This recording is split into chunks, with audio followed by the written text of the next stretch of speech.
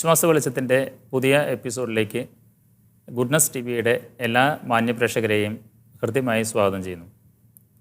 കത്തോലിക്ക വിശ്വാസ സത്യങ്ങളെ സാർവത്രിക മതബോധന ഗ്രന്ഥത്തിൻ്റെ അടിസ്ഥാനത്തിൽ പ്രേക്ഷകർക്കായി ലളിതമായി വ്യാഖ്യാനിച്ച് വിശദീകരിച്ചു കൊടുക്കുന്ന ഒരു പ്രോഗ്രാമാണിത്. കേരള കത്തോലിക്ക സഭയിലെ ദൈവശാസ്ത്രജ്ഞൻ എന്നതിനേക്കാൾ ഉപരി സാധാരണക്കാരുമായി ഇടപഴകി സുവിശേഷം ജീവിക്കുന്ന ഡോക്ടർ വിൻസെൻ്റ് കുണ്ടുകുളാച്ചനാണ് നമുക്ക് വേണ്ടി ഇത് വിശദീകരിക്കുന്നത്. അച്ഛനെ ഈ പ്രോഗ്രാമിലേക്ക് ഏറ്റവും സന്തോഷത്തോടെ സ്വാഗതം ചെയ്യുന്നു. Thank you. നമ്മൾ 10 കൽപ്പനകളിലെ 4ാമത്തെ കൽപ്പനയിലൂടെയാണ് ഈ പ്രോഗ്രാം ഇപ്പോൾ പോയിക്കൊണ്ടിരിക്കുന്നത്. മാതാപിതാക്കളെ ബഹുമാനിക്കണം എന്നുള്ളതിൻ്റെ അർത്ഥതരങ്ങൾ വളരെ വിശാലമായിട്ട് കത്തോലിക്ക സഭയുടെ മതബോധന ഗ്രന്ഥം വിശദീകരിച്ചു കൊണ്ടിരിക്കുന്നു. കഴിഞ്ഞ എപ്പിസോഡിൽ നമ്മൾ ഒരു വ്യക്തിയുടെ പേഴ്സണാലിറ്റി ഡെവലപ്മെൻറ്റ്, സ്വഭാവ രൂപീകരണമൊക്കെ എങ്ങനെയാണ് ഈ മാതാപിതാക്കളെ ബഹുമാനിക്കുന്ന ആ കൽപ്പനയുമായിട്ട് ബന്ധപ്പെട്ടിരിക്കുന്നതെന്ന് വിശദീകരിച്ചു. ഇന്ന് പ്രത്യേകമായിട്ട് ഒരു വിശ്വാസ രൂപീകരണം, വ്യക്തിയുടെ ഒരു വിശ്വാസ രൂപീകരണത്തിൽ ഈ കൽപ്പനയ്ക്കുള്ള ബന്ധത്തെക്കുറിച്ചാണ് നമുക്ക് പ്രേക്ഷകർക്ക് വിശദീകരിച്ചു കൊടുക്കാനായിട്ടുള്ളത്. കുടുംബത്തിലൂടെ എങ്ങനെയാണ് കത്തോലിക്ക വിശ്വാസം, കുടുംബം ഗാർഹിക സഭയാണെന്ന് ഈ മതബോധന ഗ്രന്ഥം പഠിപ്പിക്കുന്നുണ്ട്. അപ്പോൾ കുടുംബത്തിലെ മാതാപിതാക്കളാണ് അവരുടെ ആദ്യത്തെ മതബോധന അധ്യാപകർ എന്ന് പറയുന്നുണ്ട്, അല്ലേ? മാതാപിതാക്കളിൽ നിന്ന് കിട്ടുന്ന വിശ്വാസമാണ് അവർ പിന്നീട് വളർത്തി കൊണ്ടുവരേണ്ടത്. അതിനെക്കുറിച്ച് അച്ഛൻ വിശദീകരിക്കാം. സാറ് പറഞ്ഞതുപോലെ കുടുംബത്തെക്കുറിച്ച്, അതിനെ ഒരു കുടുംബം ഒരു വ്യക്തിയുടെ വളർച്ചയിൽ, പ്രത്യേകിച്ച് മാനസികമായ വളർച്ചയിൽ, ഒരു സമൂഹത്തെ നിർമ്മിക്കുവാനുള്ള കരുത്ത്, അറിവ് സമ്പാദിക്കുന്നതിൽ, വ്യക്തിത്വ രൂപീകരണത്തിലൊക്കെ എങ്ങനെ സ്വാധീനിക്കുന്നു എന്നുള്ള കാര്യമാണ് കഴിഞ്ഞ പ്രാവശ്യം പറഞ്ഞത്.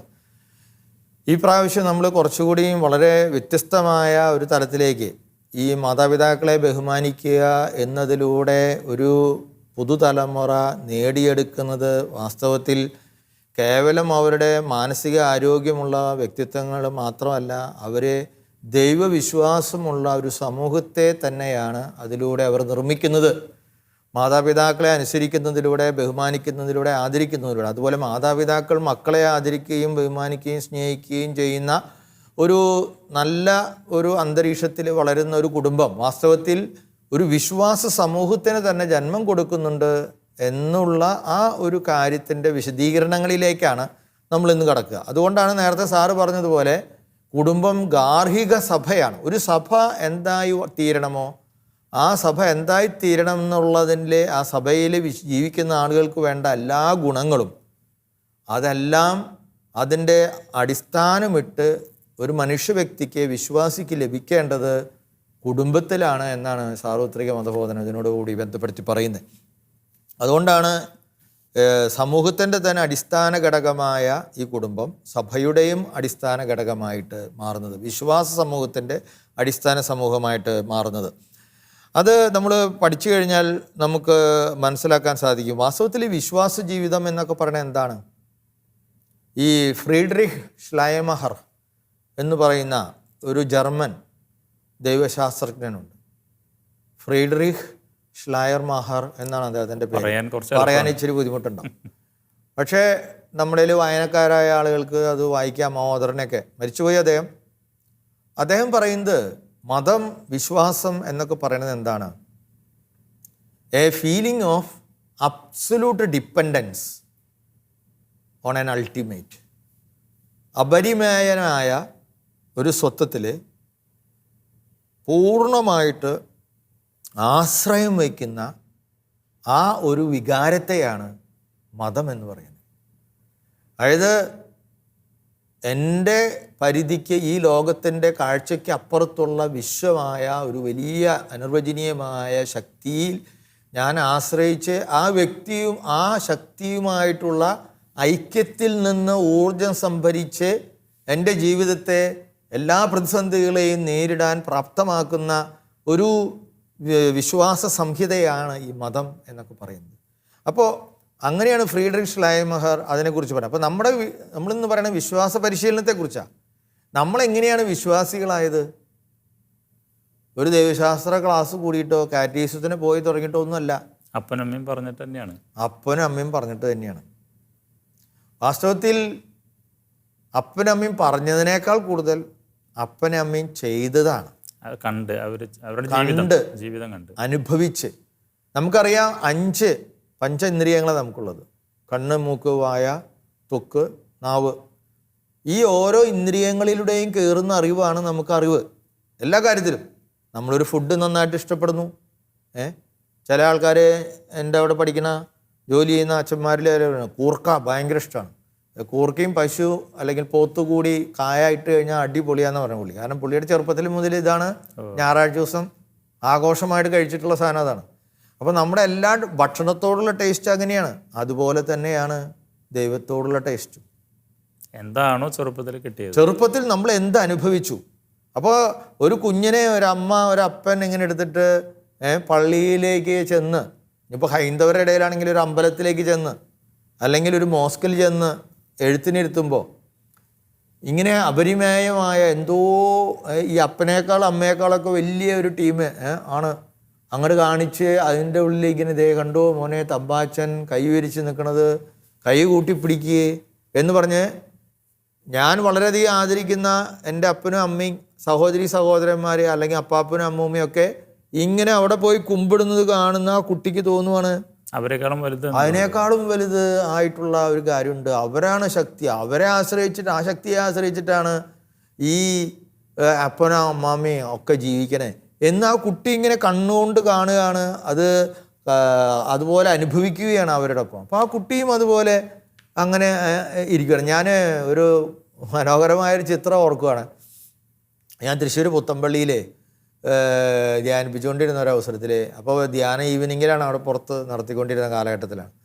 ഞാൻ ആ ആരാധനാ ചാപ്പലിൻ്റെ ഇപ്പുറത്തുള്ള ഒരു സ്ഥലത്ത് ഇങ്ങനെ ശാന്തമായിട്ട് ഇങ്ങനെ വന്നിരുന്ന് ഒരുങ്ങുകയാണ്. എൻ്റെ ബൈബിളൊക്കെ വായിച്ച് ഒരുങ്ങിക്കൊണ്ടിരിക്കുക. അപ്പോൾ അവിടെ പലരും വന്ന് പ്രാർത്ഥിക്കുന്നുണ്ട്. അപ്പോൾ അങ്ങനെ പ്രാർത്ഥിക്കുന്നതിൻ്റെ ഇടയിൽ ഒരു അമ്മച്ചി വന്ന് മുട്ടുകുത്തി. കൂടെ ഒരു കുഞ്ഞു കൊച്ചുണ്ട്, ഒരു 2 വയസ്സുള്ള കൊച്ച. അപ്പോൾ അതിനെ ആദ്യം ഫ്രണ്ടിൽ ഇങ്ങനെ ചേർത്ത് ഇങ്ങനെ അമ്മ മുട്ടുകുത്തിയേക്കുക, അങ്ങനെ ചേർത്ത് പിടിച്ചു വെച്ചു. കുറച്ചു നേരം കഴിഞ്ഞപ്പോൾ കുട്ടിക്ക് ബോറടിച്ച് അമ്മ 2 കൈയൊക്കെ ഇങ്ങനെ നിർത്തി പിടിച്ച് കൊന്തിയൊക്കെ കഴിച്ച് ഇങ്ങനെ ഭയങ്കരമായിട്ട് പ്രാർത്ഥിച്ചുകൊണ്ടിരിക്കുക. ഈ കുട്ടി കുറേ കഴിഞ്ഞപ്പോൾ ഈ അമ്മേനെ വിളിക്കുന്നുണ്ട്, മാന്തുണ്ട്. അപ്പോൾ ഈ കുട്ടി എന്തോ കണ്ടിട്ടുണ്ട് അവിടെ. നമ്മളിത് ബാക്കിലിരുന്ന് നോക്കുമ്പോൾ നമുക്കിത് കാണാം. എന്നിട്ട് അമ്മേനെ വിളിച്ചിട്ട് അമ്മ ഇളകണില്ല. അപ്പോൾ ഈ കുട്ടി അമ്മയുടെ മുന്നിൽ കൂടെ അപ്പുറത്ത് ചെന്നിട്ട് ഇടത് കൈമ്മ പിടിച്ചിട്ടൊന്നും മാന്തി കുലുക്കി നോക്കി. വലത് കൈമ്മിലും വന്ന് കുലുക്കി നോക്കി. ഇതെല്ലാം കുലുക്കിയിട്ടും ഈ അമ്മേനെ പിടിച്ച് ഉന്തി. അമ്മ ഇങ്ങനെ ഭയങ്കരമായിട്ട് കണ്ണീരൊക്കെ വാർത്ത് ഇങ്ങനെ വിഴിഞ്ഞ് കരയുകയാണ്. ഈ കുട്ടി കുറച്ചു നേരം ഇങ്ങനെ നോക്കിയിരുന്നു. എന്നിട്ട് ഈ കുട്ടി എന്ത് ചെയ്യുന്നറിയോ? ആ അമ്മ മുട്ടിത്തിയ പോലെ അതിൻ്റെ തൊട്ടപ്പുറത്ത് പോയിട്ട് ഈ 2 കൈയും വിരിച്ചു പിടിച്ച് കുട്ടി ഇങ്ങനെ നിൽക്കാൻ തുടങ്ങി. ഞാൻ വിചാരിച്ചു, എൻ്റെ കർത്താവേ, 2 വയസ്സുള്ള ഒരു കുട്ടിക്ക് പോലും എന്തുമാത്രം സ്വാധീനം. ആ അമ്മ ഒന്നും പരിഗണിക്കട്ടെ, ഒന്നും ചെയ്യില്ല. കുട്ടിക്ക് തോന്നി എന്തോ അമ്മ വലിയ കാര്യത്തിലാണ്.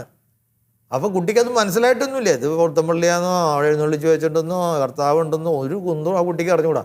പക്ഷെ ആ കുട്ടിക്ക് ഒരു ഭയങ്കര കറണ്ട് കിട്ടുകയാണ്. വിശ്വാസത്തിൻ്റെ ഭയങ്കര ഒരു ഫീലിംഗാണ് കിട്ടുന്നത്.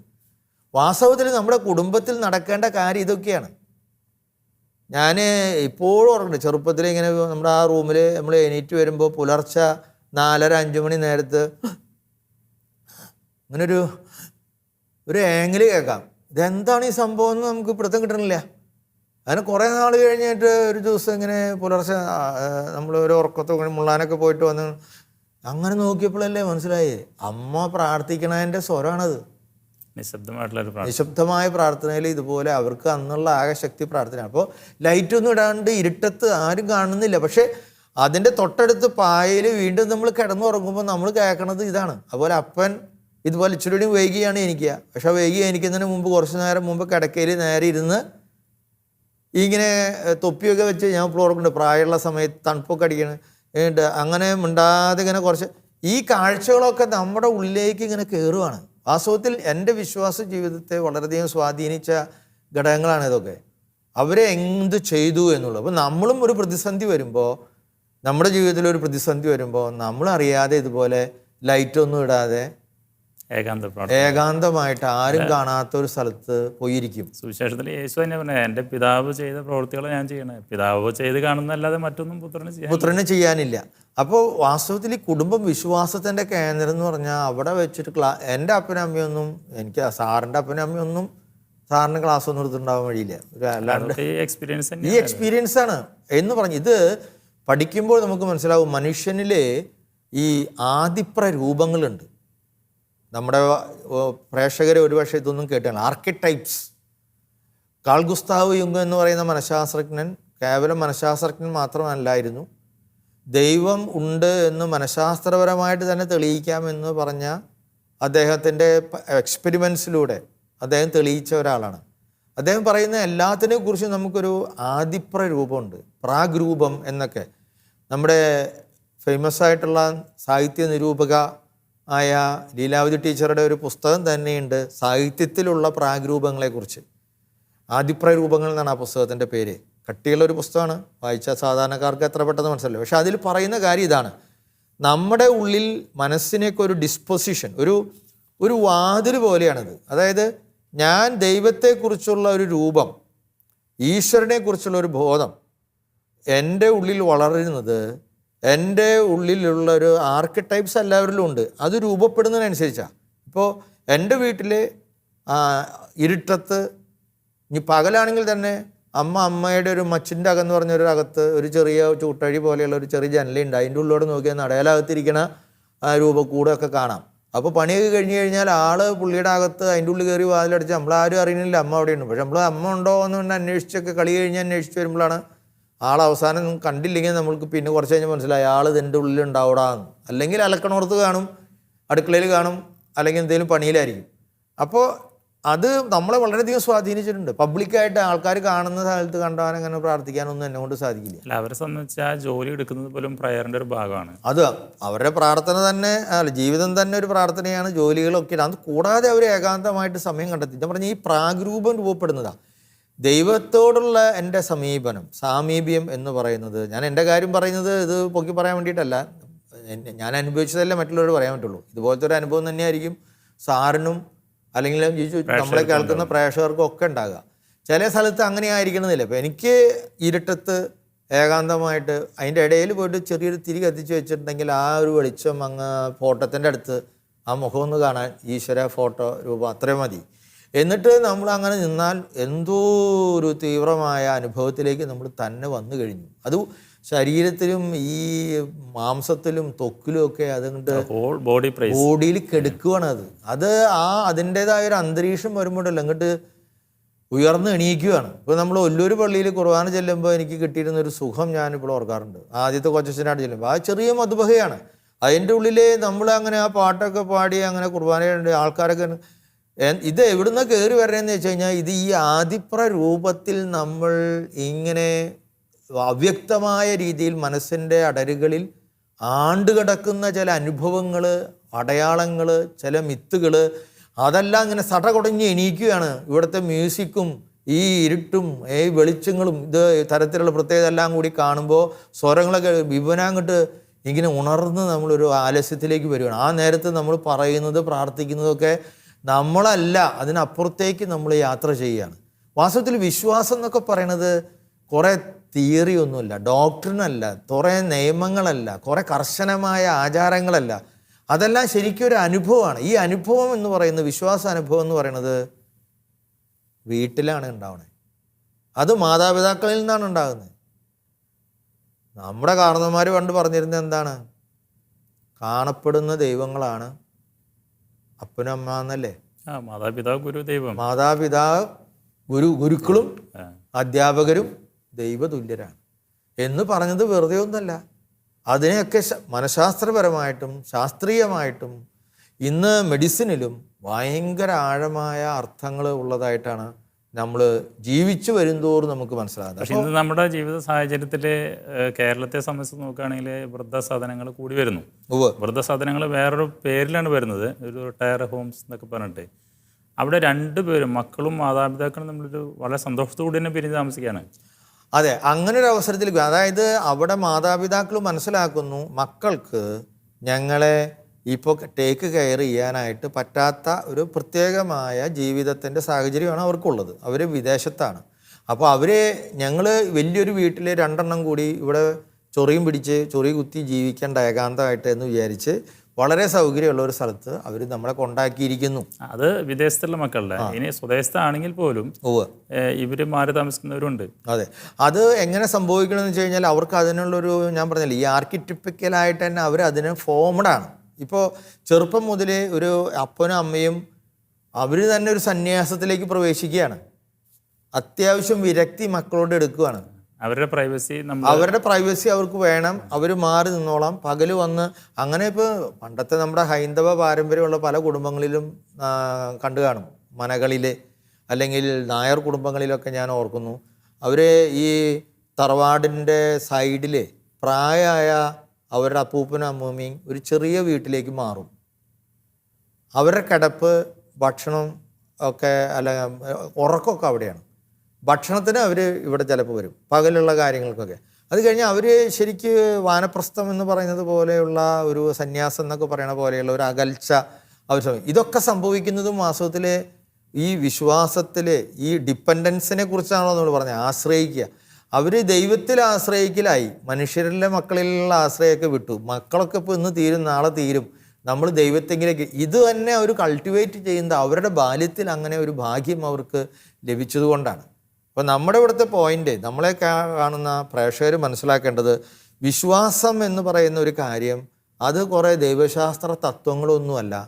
അത് നമ്മൾക്ക് അനുഭവിക്കുന്ന ഒരു കാര്യത്തെ മനസ്സിലാക്കാനുള്ള താത്വികമായ ചില വിശകലനങ്ങൾ മാത്രമാണ്. വാസ്തവത്തിൽ നമ്മൾ അനുഭവിക്കുന്നത് ദൈവത്തിലുള്ള ആശ്രയത്വവും ദൈവവുമായുള്ള ഐക്യവും ആ ദൈവവും ഞാനും ഒന്നാണെന്നുള്ള ഒരു അനുഭവവും അത് നമുക്ക് നൽകുന്ന സന്തോഷവും ഒരു നിർവൃതിയും ഒരു ശക്തിയും അതൊക്കെയാണ് വാസ്തവത്തിൽ ദൈവാനുഭവം എന്ന് പറയുന്നത്, മതം എന്ന് പറയുന്നത്, വിശ്വാസം എന്ന് പറയുന്നത്. അപ്പോൾ ഈ ഒരു വിശ്വാസം ആണ് നമ്മുടെ കുടുംബങ്ങളിൽ നമ്മൾ വളർത്തിയെടുക്കേണ്ടത്. അവിടെയാണ് ഈ വിശ്വാസ ജീവിതം എന്ന് പറയുമ്പോൾ ഞാൻ പറഞ്ഞത് ദൈവാനുഭവം മാത്രമല്ല, സഹിക്കുന്നവരോടുകൂടെ സഹിക്കാനുള്ള കഴിവ്. അതിപ്പോൾ കഴിഞ്ഞൊരു എപ്പിസോഡിൽ നമ്മളിങ്ങനെ പറഞ്ഞു, പെരുന്നാളൊക്കെ ആകുമ്പോൾ അമ്മ ആസ്പത്രിയിൽ പോയി അതിന് പടക്കമുണ്ടായിരുന്നില്ല. ഞാൻ ആലോചിക്കായിരുന്നു, അതായത് നമ്മുടെ വീടുകളിലെ കാര്യങ്ങൾ മരിച്ചു കഴിഞ്ഞാലേ 1 വർഷത്തേക്ക് പിന്നെ പെരുന്നാളൊന്നും നമ്മൾ ആഘോഷിക്കില്ല. അപ്പോൾ ആ കുട്ടികൾ ചോദിക്കുന്നമാര് പടക്കം മേടിക്കണില്ലേ? ഇല്ല, ഇക്കൊല്ലം പറ്റില്ലടാ, വാലായ്മയാണ്. അപ്പോൾ അതിലൂടെ വലിയൊരു ട്രാൻസ്മിഷൻ ഓഫ് ഇവഞ്ചലൈസേഷൻ നടക്കുന്നുണ്ട്. സുവിശേഷത്തിൻ്റെ വലിയൊരു കൈമാറ്റം നടക്കുകയാണ്. മറ്റുള്ള അയൽപക്ക വീടുകളിൽ നിന്നൊക്കെ പലഹാരം ഇവിടെ ഷെയർ ചെയ്ത് കൊണ്ടുവരും. അതെ, അപ്പോൾ അവിടെയും ഉണ്ടൊരു പങ്കുവെക്കൽ. അപ്പോൾ ഈ വിശ്വാസത്തിൽ വളരുക എന്ന് പറഞ്ഞാൽ വെറും ഇങ്ങനെ ആത്മീയമായ ഒരു നിർവൃത്തി മാത്രം കുറിച്ചല്ല ഞാൻ പറയണത്. സഹിക്കാനുള്ള കഴിവ്, ജീവിതത്തിൽ എന്ത് സഹനങ്ങൾ വന്നാലും അത് നേരിടാൻ നമ്മൾ പഠിക്കണം. അതുപോലെ മറ്റുള്ളവരെ സഹായിക്കുക, പാവപ്പെട്ടവരോട് കരുണ കാണിക്കുക, ഇതൊക്കെ പഠിക്കുന്നത് കുടുംബത്തിലാണ്. ഇപ്പോൾ ഞാൻ പലപ്പോഴും മുമ്പ് പറഞ്ഞിട്ടുണ്ടോയെന്ന് പറഞ്ഞൂടെ, പണ്ടൊക്കെ വലിയ കുടുംബങ്ങളിൽ ഏതെങ്കിലും 1-2 ഒരു ഇച്ചിരി കുറവുണ്ടാവും. അപ്പോൾ ആ മാതാപിതാക്കൾ ആ കുട്ടികളെ പ്രത്യേകം കൂടുതൽ കെയർ ചെയ്യും. അത് കാണുന്ന മറ്റ് സഹോദരന്മാർ എന്താ, അവരുടെ ജീവിതത്തിൽ വലിയൊരു വിശ്വാസ സാക്ഷിയാണ് ലഭിക്കണേ. അവളോട് അവനോട് അപ്പ അമ്മ കൂടുതൽ സ്നേഹം കാണിക്കുന്നതിൻ്റെ കാരണം അവർക്ക് എന്തോ കുറവുണ്ട് എങ്കിൽ, ഞാനും സമൂഹത്തിൽ ഇറങ്ങി ചെല്ലുമ്പോൾ എൻ്റെ ക്ലാസ്സിൽ ഇപ്പോൾ ഒരു കുട്ടി ഇങ്ങനെ പാരലൈസ്ഡായിട്ട് മുള്ളണ ഒരു ചിത്രമൊക്കെ നമ്മൾ കാണുന്നുണ്ട്. ഒരു വീഡിയോ ഞാൻ കണ്ടതായിട്ട് ഓർക്കണം, ഒരു സിനിമയിൽ. അപ്പോൾ വേറൊരു കുട്ടി മാത്രമാണ് ഓടിച്ചെന്ന് തൂവാലയൊക്കെ എടുത്ത് തോർത്തൊക്കെ കൊണ്ടുവന്ന് അത് തുടച്ച് വൃത്തിയാക്കി ആ കുട്ടീനെ ഇൻ്റർവെല്ല് കഴിഞ്ഞപ്പോഴേക്കും വൃത്തിയാക്കി വെക്കുന്നു. അതെങ്ങനെ സംഭവിക്കണേ? മിക്കവാറും ആ കുട്ടിയുടെ വീട്ടിൽ ഇങ്ങനെ ഒരു കുട്ടി ഉണ്ടായിരുന്നിരിക്കണം.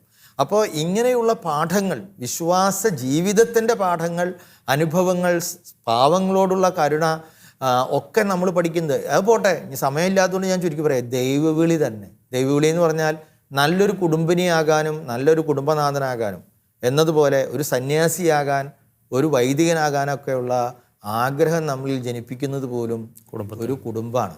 ഞാൻ ചിറ്റാട്ടുകരയ്ക്ക് അന്ന് കാരനാണ്. ഞാൻ വളവള്ളി എന്ന് പറഞ്ഞ കുരിശുപള്ളിയായിരുന്നു അന്ന്. ഇന്നിപ്പോൾ അത് സ്വതന്ത്ര പള്ളിയാണ്.